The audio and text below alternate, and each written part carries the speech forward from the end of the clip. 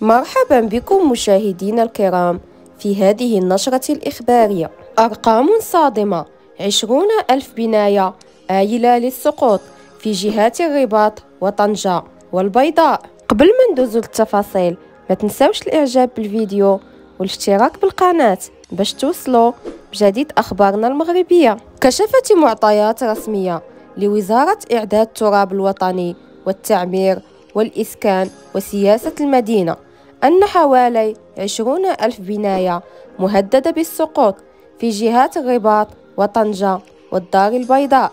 وأحصت الوزارة ما يناهز 6,000 بناية آيلة للسقوط بجهة الرباط سلا، و10,000 بجهة طنجة تطوان والحسيمة، و4,000 بالدار البيضاء.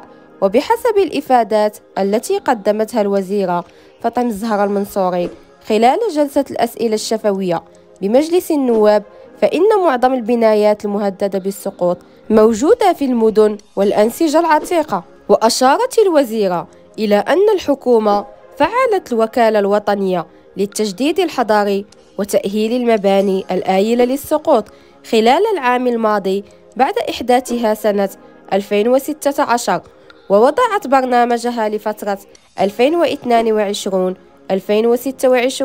حيث ستمكن من القيام بتشخيص وتصنيف هذه المباني في كل جهة على حدة وتصنيفها حسب الخطورة.